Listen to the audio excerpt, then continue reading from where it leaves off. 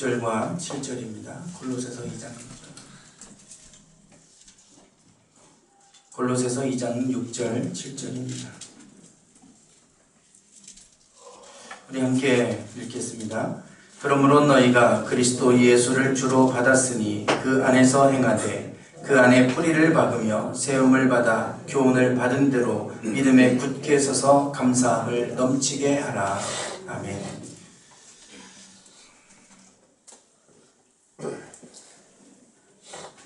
며칠 전 미국 시카고 대학의 실험 결과가 언론에 소개가 되었습니다. 미국과 캐나다, 또 중국, 요르단, 남아공, 또 터키, 그 나라의 5에서 12세 사이에 총 1170명의 어린이들을 대상으로 한 실험이었습니다. 그 아이들의 종교 비율은 무슬림이 43%, 크리스찬이 23.9%, 유대교 2.5, 불교 1.6, 힌두교 0.4 이런 퍼센트 순이었습니다. 그리고 종교가 없는 아이들은 27.6%였죠.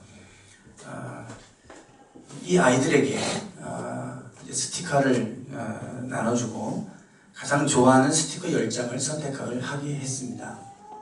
그래서 그 10장을 다 자기가 가장 좋아하는 스티커를 10장을 선택하게 한 후에 그 스티커를 친구들에게 나눠주라고 그렇게 또 지시를 내렸습니다.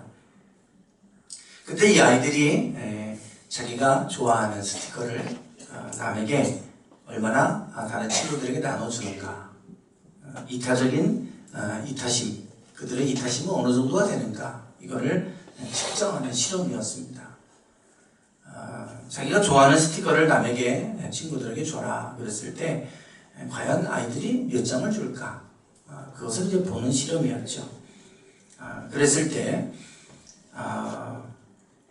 종교가 없는 아이들이 아까 27.6%였다고 했는데 그 아이들은 평균 4.1장을 나눠줬다고 그럽니다. 그런데 크리스천은 3.3장, 무슬림 3.2장 이걸 나눠주는 그런 결과를 얻었다. 유대교와 불교는 너무 그 샘플 수가 적어서 제외했고요. 이슬람, 기독교, 또 무종교 이렇게 지금 봤는데 종교가 없는 아이들이 더 이타심을 나타냈더라는 결과였습니다. 그래서 종교를 가진 아이들이 더 이기적이다, 이런 기사가 얼마 전에 올라와 있었죠. 물론 왜 그런지, 왜 종교를 가진 아이들이 더 이타심이 없는지, 이기적인 것인지 뭐 이런 부분에 대해서는 더 이제 연구가 필요하고 또 분석을 해봐야 될 문제고, 그리고 이것이 과연 어떤 종교의 영향인가 아니면 또 다른 요인이 있는 것인가는 더 분석을 해봐야 되겠죠. 그래서 앞으로 더 14개국으로 더 확대를 해서 이 부분을 더 한번 연구를 해보겠다, 이제 뭐 이런 그런 기사가 있었습니다. 물론 이 실험이 완벽한 실험은 아닐 겁니다. 그렇지만 이러한 기사를 또 올리게 된 이유가 있겠죠. 종교는 사람들의 삶에 긍정적인 영향을 끼치는가, 이타적인 그러한 이타심을 심어줄 수 있는 것인가에 대한 그러한 부분에 대해서 그러한 결과를 얻지 못하는 것에 대한 그런 참 씁쓸한 모습들을 우리에게 보여주고 있는 것 같습니다.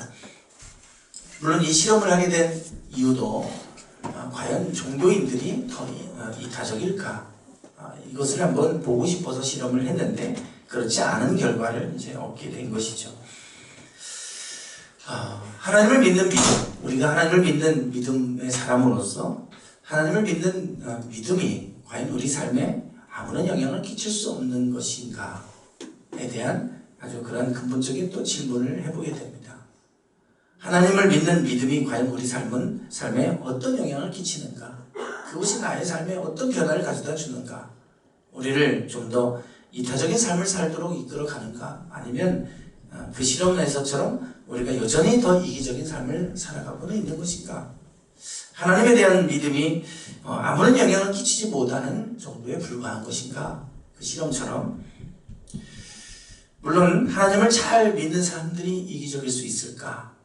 이런 질문 앞에 과연 그럴 수 있을까? 물론 그럴 수 있죠. 하나님을 잘 믿는 것 같은데 이기적인 사람도 있잖아요. 그래서 우리가 비난을 많이 받아요. 비난도 하고. 그런데 그렇다고 한다면 그 믿음이 과연 올바른 믿음인가? 이 부분은 우리가 물어봐야 될 부분이죠. 믿음이 좋다고 하는 것 같은데 이기적이다. 과연 그 믿음은 그런 거 올바른 믿음일까? 여기에는 우리가 한번 고민을 할 문제입니다. 야고보서 2장 14절에 보면 그렇게 말씀합니다. 앞에 화면 좀 넘겨주세요. 야고보서 2장 14절에 보면 내 형제들아 만일 사람이 믿음이 있노라 하고 행함이 없으면 무슨 유익이 있으리요? 그 믿음이 능히 자기를 구원하겠느냐? 믿음이 있다고 하는데 행함이 없다면 그 믿음이 우리의 삶에 무슨 유익이 되겠느냐? 그 믿음이 자기를 능히 구원할 수 있겠느냐? 이렇게 지금 묻고 있습니다. 믿음은 사실 우리의 행함을 동반하는 믿음. 행함이 동반돼야 그게 올바른 믿음이지, 행함은 하나도 없는 믿음, 그 믿음이 과연 무슨 유익이 되겠고 그 믿음이 과연 자기를 구원할 수 있겠냐? 야고보서는 이제 우리에게 그렇게 말씀을 하고 있습니다. 오늘 우리 믿음을 다시 한번 좀 돌아볼 필요가 있죠. 하나님을 믿는 사람들, 우리가 믿음이 있다고 하는데 과연 우리는 그 믿음으로 인해서 어떤 영향을 받고 있는가? 오늘 말씀에도 보면 믿음과 관련된 말씀을 좀 하고 있습니다. 그러므로 너희가 그리스도 예수를 주로 받았으니 그 안에서 행하되 그 안에 뿌리를 박으며 세움을 받아. 우리가 살아갈 때 그리스도 예수를 주로 받았다면 그 안에서 행하라 그랬어요. 예수님을 우리가 주로 섬기고 있다면, 주로 받았다면 예수 그리스도 안에서 행해라. 그리고 그 안에 뿌리를 박고 세움을 받아라. 그렇게 우리에게 권면하고 있습니다. 예수님을 믿는데 예수님이 안에 거하는 게 아니라 우리는 예수님 밖에, 그냥 세상 것 안에서 똑같이 우리가 살아갈 때가 많이 있죠. 그러나 예수님을 너희가 주로 믿고 있고 주를 따르고 있다면 그 안에, 주 안에서 너희가 행하되 그 안에 뿌리를 박고 세움을 받아라. 그리고 교훈을 받은 대로 하라. 그렇게 얘기합니다. 예수님이 우리에게 가르쳐 주시는 대로 살아라. 그렇게 말씀을 하고 있죠. 그 교훈을 받은 대로 살 때 어떻게 살으라고 하냐면 믿음에 굳게 서서 감사함을 넘치게 해라. 너희가 믿음을 굳게 해서 감사함이 넘치게 해야 된다. 그렇게 살아라. 이렇게 말씀을 하고 있습니다. 감사함을 넘치게 하라. 우리가 주 안에서, 우리가 믿는 믿음 안에서 산다고 할 때 우리가 감사함을 살 때 그 감사함이 넘치게 해라. 이렇게 우리에게 권면의 말씀을 하고 있습니다. 감사가 얼마나 중요한지는 우리가 이미 많은 연구들을 통해 밝혀졌죠. 하버드 대학에서 35년 동안 그 학생들, 하버드 대학에 있는 남학생들을 대상으로 연구를 해본 결과 낙천적인 아이들, 낙관적인 아이들, 긍정적으로 바라보는 아이들, 이런 사람들이 나중에 커서도 병에 걸리는 비율이 훨씬 낮았다는 겁니다. 우리가 다 이미 알고 있는 거 아닙니까? 미니애폴리스의 메이오 병원, 아주 유명한 메이오 병원에서도 30여 년 전에 그 병원에 온 사람들을 성격 테스트를 하고 그 성격 테스트를 한 결과를 가지고 30년 후에 이 사람들이 어떻게 된다. 그걸 이제 결과를 봤더니 사망률이 젊은 나이에 요절할 확률이 그렇지 긍정적이고 밝은 낙천적인 사람들이 그렇지 않은 사람들보다 요절할 확률이 50%나 더 낮았더라. 결국 우리의 마음, 우리가 어떤 마음, 긍정적으로 바라보고 감사함으로 그걸 받아들이고 하는 사람들은 훨씬 더 건강하고 더 행복하고 더 오래 질병에 걸리지 않고 건강하게 잘 살아가더라 라고 하는 결과죠. 그런 감사하는 삶이 우리를 행복하게 하고 더 건강하게 하고 더 장수하게 한다는 것은 굳이 우리가 이런 실험 결과를 말하지 않아도 이미 우리는 잘 알고 있습니다. 부정적이고 우울하게 하고 그런 마음을 갖고 있는 사람들은 쉽게 병에 노출될 수밖에 없겠죠. 위즈덤 하우스 출판사에서 나온 책 제목 가운데 땡스라고 하는 책이 있습니다. 그 책에 보면 이제 그 감사, 그 제목이 감사예요. 감사에 대한 여러 가지 많은 그런 이제 연구 결과들이나 또 감사가 우리 삶에 끼친 영향이나 이런 여러 가지 많은 사례를 가지고 한 권으로 책을 이제 써진 책인데요. 그런데 그 책에 맨 앞부분에 추천사가 있어요. 맨 앞부분에 추천사에 아주 눈에 띄는 부분이 있어요. 안양교도소 정신 교육 강사인 그 양순자 씨가 썼더라고요. 거기에 꽤나 그 부분에서 좀 유명한 분 같아요. 추천사를 쓴 걸 보니까 그분이 그 추천사 안에 이런 글을 써놨어요. 서울구치소에는 별의별 사람들이 다 들어온다. 저마다 어떤 사연을 가지고 왔던 나갈 때 감사를 배우고 나가는 사람이 있고 재수 없어 걸렸다며 불만을 안고 나가는 사람이 있다. 불만은 병이다. 그들은 병을 하나 갖고 나가는 것이다. 감사를 배우고 나간 사람은 절대 다시 교도소에 들어오지 않는다. 집행장으로 향하는 마지막 모습은 두 종류다.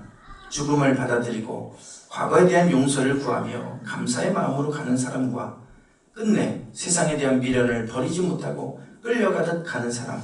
나는 그들의 뒷모습에서 천당과 지옥을 본다. 참 그 글이 제 안에 참 많이 이렇게 뭔가를 생각하게 해요. 죄악을 져서 죄를 져서 감옥에 온 사람들, 다 그런 사람들이 모여있는 곳인데 거기서도 감사를 발견하는 사람이 있고 거기서도 불평하는 사람이 있더라는 겁니다. 감옥 내에서도 감사하는 사람의 모습에서 천당을 본다 그랬어요. 천당을 본다. 그러니까 감옥, 그런 끔찍한 죄를 진 사람들이 모여있는 감옥에서도 감사를 배운 사람에게는 천국의 모습이 보인다는 거예요. 그러면 반대로 우리가 그런 생각을 해볼 수 있죠. 교회 안에, 또 다른 어떤 종교단체 안에 모여있는 사람들 안에서도 거기서 불평을 하고 불만을 가지고 살아간다면 교회 안에 있어도 그 속에서 지옥의 모습을 볼 수 있지 않겠습니까? 감옥에서도 감사를 한 사람 안에서 천국의 모습을 본다면 하나님 안에서 하나님을 믿는다고 하면서도 늘 불평과 불만 속에 살아간다면 그 속에서 우리는 지옥의 모습을 볼 수밖에 없잖아요. 그래서 성경은 우리에게 말씀합니다. 그리스도 예수 안에서 행하되 그 안에 뿌리를 받고 그 안에서 세움을 받아 믿음에 굳게 서서 감사함을 넘치게 하라. 교훈을 받은 대로 행하라고 그래요. 교훈을 받은 대로 행하라는 것이 믿음에 굳게 서서 감사함을 넘치게 하라. 그러니까 감사함을 하나님 우리가 예수 그리스도 안에서 행한다는 것은 뭐냐면 감사함이 넘치는 삶이에요. 주 안에서 감사하고 감사를 누리며 사는 것이 그리스도 안에서 행하는 것이고 그것이 교훈을 받은 대로 살아가는 삶이라는 거예요. 이것이 우리가 감사하며 살아야 되는 이유이죠. 주 안에서. 그런데 감사함을 넘치게 하는 삶하고 믿음에 굳게 서서라는 말이 나와요. 두 개가 연결되어 있어요. 믿음에 굳게 서서 감사함을 넘치게 하라. 그렇게 말씀합니다. 믿음과 감사가 도대체 무슨 관련이 있습니까? 믿음에 굳게 서서 감사함을 넘치게 하라. 그러니까 감사함을 넘치게 하려면 믿음을 굳게 해야 돼요. 그래야 감사가 넘쳐요. 그러니까 감사해야지 되는 게 아니라 믿음이 굳게 될 때, 여기서 굳게 한다는 말은 더 확고하게 하다 이런 말입니다. 하나님에 대한 믿음이 확고해지면, 더 강해지면 감사가 넘치게 된다는 것이죠. 그래서 감사함을 넘치는 삶을 살려면 믿음을 그러니까 굳게 해서 그렇게 하라고 얘기합니다. 그러니까 믿음이 흔들리고 그러면 우리 감사가 사라지겠죠. 그러니까 믿음과 감사는 비례합니다. 하나님에 대한 믿음이 커질수록 감사도 많아지게 돼요. 그런데 믿음이 자꾸만 작아지면 불평이 되게 돼요. 불만이 되고 원망하게 되고. 먼저 왜 믿음과 감사가 이런 깊은 연관성이 있는가? 히브리서 11장을 한번 보시죠. 11장 1절과 2절에 대해서 믿음에 대해서 정의를 내려주고 있습니다. 앞에도 있습니다. 히브리서 11장 1절과 2절. 믿음이란 무엇인가에 대해서 우리에게 정의를 내리고 있는데 같이 한번 읽어보겠습니다. 시작. 믿음은 바라는 것들의 실상이요 보이지 않는 것들의 증언이 선생들이 믿음은 뭐냐? 그럴 때 믿음은 바라는 것이다 그랬어요. 바란다라고 하는 것은 기대하다, 소망한다 이런 뜻입니다. 하나님을 기대하는 것이 믿음이라는 거예요. 지금 현실을 보는 게 아니라 하나님이 지금은 내가 현실은 그렇지 않지만 하나님께서 하실 일들을 바라보는 게 믿음이라는 겁니다. 또 믿음은 보이지 않는 것들이 증거라 그랬잖아요. 보이는 걸 보는 게 아니라 보이지 않는 걸 보는 게 믿음이다. 비록 내 현실은 지금 이렇지만 불평하게 되면 우리는 현실을 보고 불평하잖아요. 그러나 현실은 그렇지만 그 속에서 보이지 않는 것을 보는 겁니다. 그러면 그것이 나중에 증거로 나타난다는 거예요. 실상으로 나타난다. 이것이 믿음이다. 선진들이, 믿음의 선진들이 이 믿음을 가지고 증거를 얻었다. 그들이 바랄 수 없는 중에 바랐고 또 그들이 볼 수 없는 중에 보았기 때문에 그것들이 나중에 증거로 실상으로 나타나는 그런 열매를 얻었다는 겁니다. 그게 믿음의 힘이고 믿음은 그런 것이다. 우리에게 그렇게 가르쳐 줍니다. 그러니까 믿음은 지금 우리 눈에 보이는 것을 보는 게 아니라 보이지 않는 걸 보는 겁니다. 우리 자꾸 눈에 보이는 것만 보잖아요. 그러나 보이지 않는 것, 정말 귀한 것은 잘 안 보여요. 정말 귀한 거는 잘 눈에 안 띕니다. 근데 그게 어느 순간 눈에 탁 띄어져서 보여지면 그게 얼마나 귀한 건지. 우리가 믿음은 그 보이지 않는 걸 이제 보는 것이 믿음이다. 그러죠? 선진들이 이를 통해서 증거를 얻었다. 그래요. 우리 하박국 3장을 보실까요? 구약성경 하박국 3장 17절과 18절. 너무나 잘 알고 있는 말씀입니다. 하박국 3장 17절과 18절. 네, 같이 한번 읽어보시겠습니다. 시작.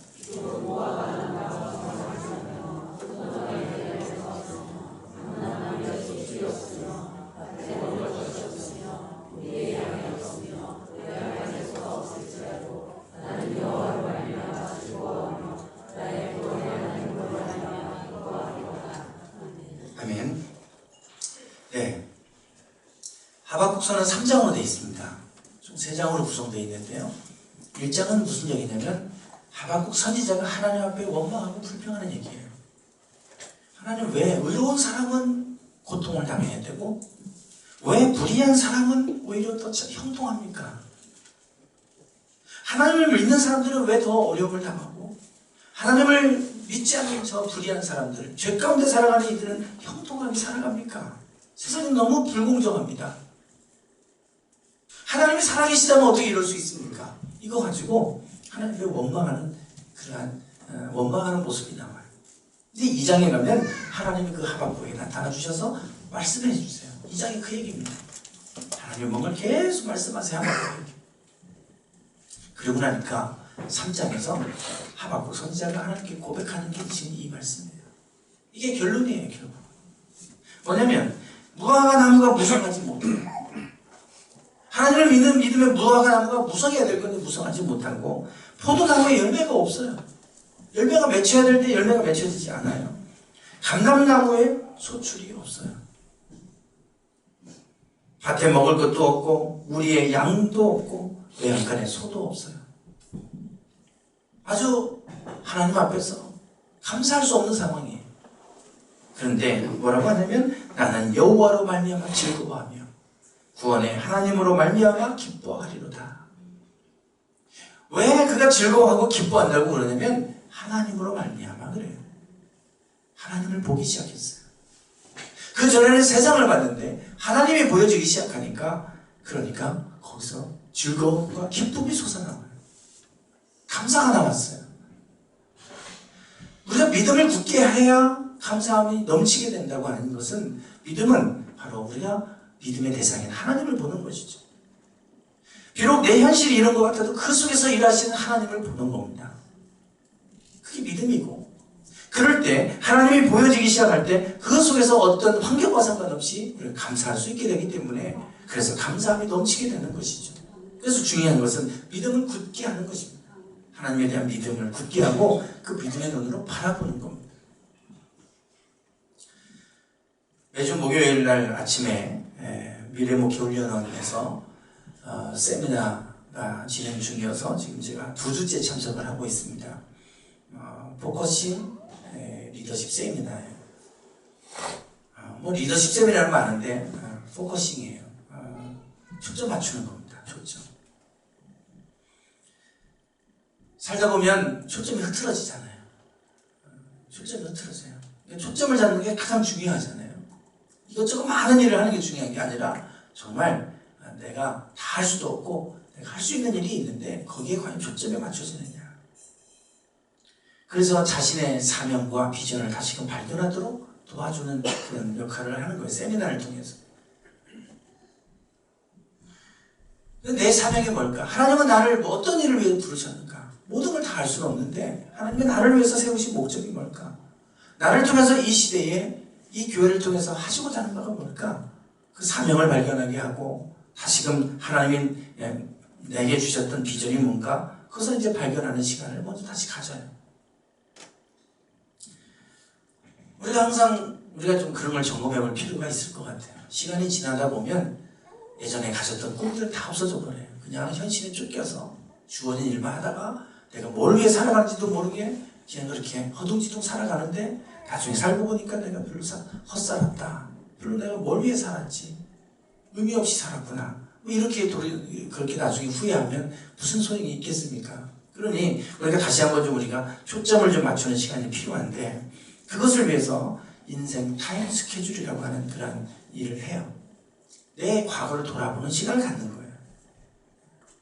내가 어떤 사람인가를 좀 알려면 나의 좀 과거를 좀 봐야 돼요. 과거. 내 타임 스케줄이에요. 인생의 타임 스케줄을 좀 돌아보는 시간을 갖습니다. 그걸 위해서 이제 한 사절지, 스케치북 같은 사절지 하나를 나눠주고 그리고 포스트잇을 색깔별로 이제 몇 개를 줬어요. 그리고 나서 아무거나 생각나는 대로 과거의 기억을 다 써보는 거예요. 포스트잇에서 한 장 조그만한 거에다가 제목이나 아니면 간단하게 그걸 알 수 있는 거. 그래서 긍정적인 기억이면 파란색에다 쓰고 부정적인 기억이면 빨간색에다 쓰고 이렇게 하는 거예요. 한번 그걸 해보시면 좋을 것 같아요. 그래서 이제 그걸 써가지고 붙이는 겁니다. 그리고 이제 그걸 순서대로 쭉 붙여나가는 거예요. 그러면 내가 이런 여정을 내 인생에 이런 여정이 있었구나. 이걸 이제 보게 되는 거죠.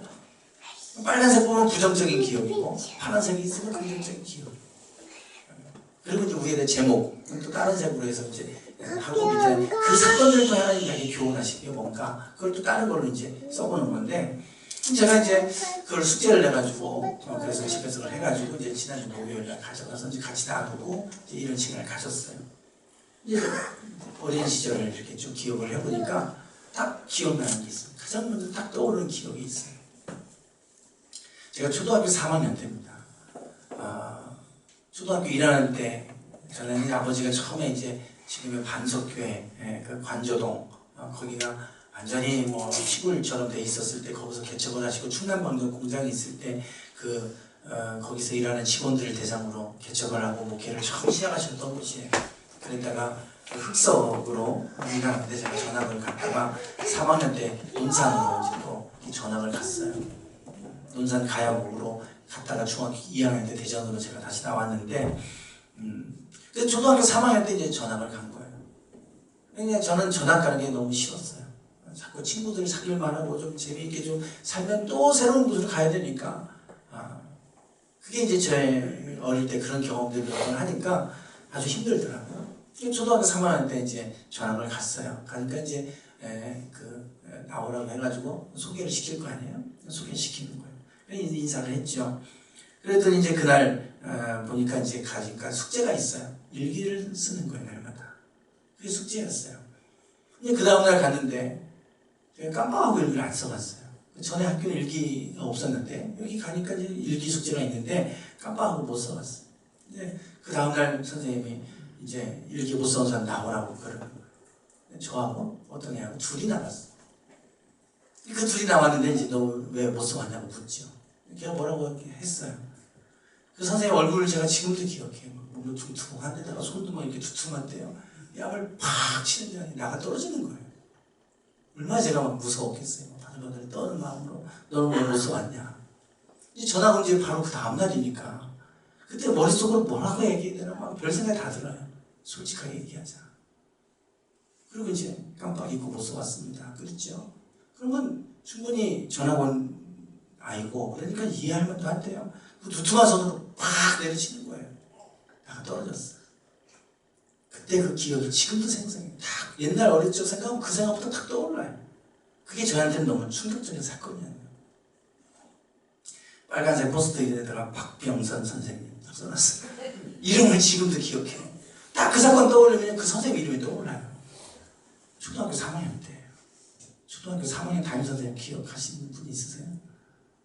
없지요. 물론 우리 학생들은 기억하겠지만 어른들 중에서 초등학교 3학년 때 담임선생님 기억하시는 분 있으세요? 없잖아요. 저는요 기억하려고 한 거 아닌데 기억이 그냥 박혀있어요. 그냥. 그래가지고 그냥 그 어릴 적 이렇게 뭐 과거를 생각하면 그 사건부터 딱 떠올라요. 지금 그래서 언젠가는 제가 그런 생각이 드는 거예요. 그 선생님 한번 찾아가서 그때 왜 그러셨어요? 그렇게 물어봐. 뭐 이 생각도 들었어요. 저는 분명히 솔직하게 얘기했는데 이해할 만도 한데 전화 온지 바로 그 전날 전화 온 학생인데 그때 왜 그걸 이해 못 해주고 이렇게 때렸냐고. 저는 묻고 싶었어요. 그만큼 제게는 그 어린 마음이 충격입니다. 그리고 이제 그런 것들 쭉 과거의 사건들 이렇게 뭐 긍정적인 사건이나 뭐 이런 것들을 이렇게 간단하게 이렇게 포스트잇에다 그래서 이렇게 붙여놓는 거 하나씩 자 순서대로. 그리고 이제 그걸 하고 나서 이제 강의하시는 목사님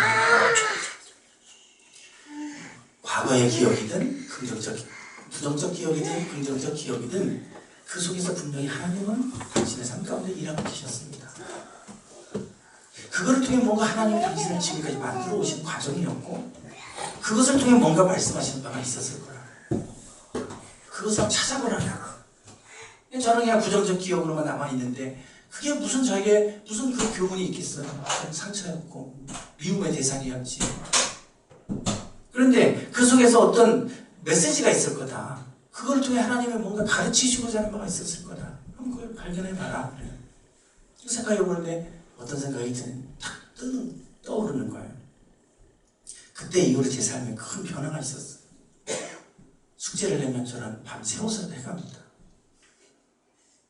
절대 그거를 그냥 간 적이 없어요. 그때 그 사건을 깜빡하고 갔기 때문에 가서 그 두툼한 손으로 그냥 뺨을 맞았기 때문에 숙제가 있으면 저는 무슨 일이 있어도 가야 돼요.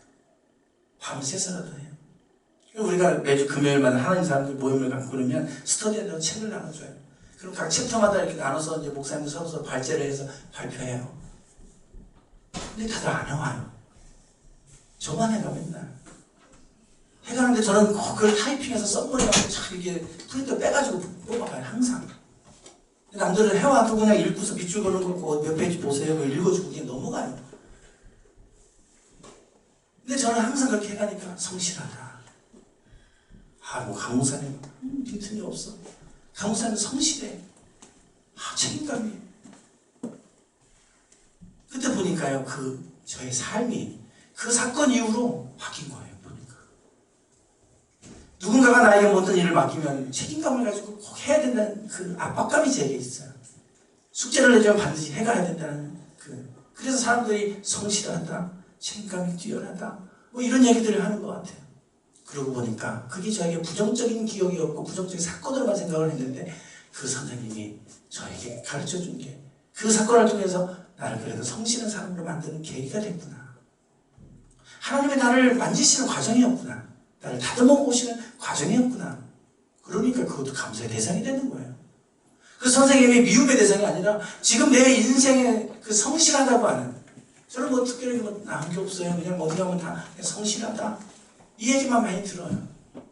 근데 그게 어떻게 보면 최고, 가장 좋은 모습 아닙니까? 근데 그거를 결정적으로 만들어내게 역할을 했던 게 그 선생님이고. 그래서 하나님이 나를 다듬어 오시는 과정이었구나. 나를 만들어 가시는 과정이었구나. 그리고 나서 이제 비로소 제 생각이 변화를 가져왔어요. 그 선생님이 그렇게 미움의 대상이었고 왜 그랬는지 지금도 생각하면 부정적인 기억이 하나님이 나를 그래도 이런 사람, 충성된 사람, 성실한 사람 만드시려고 한 과정이었구나. 그 속에서 하나님이 보이면 그게 그렇게 미움의 대상이고 불평의 대상이 감사로 바뀌는 거예요. 믿음은 뭐냐? 보이지 않는 걸 바라보는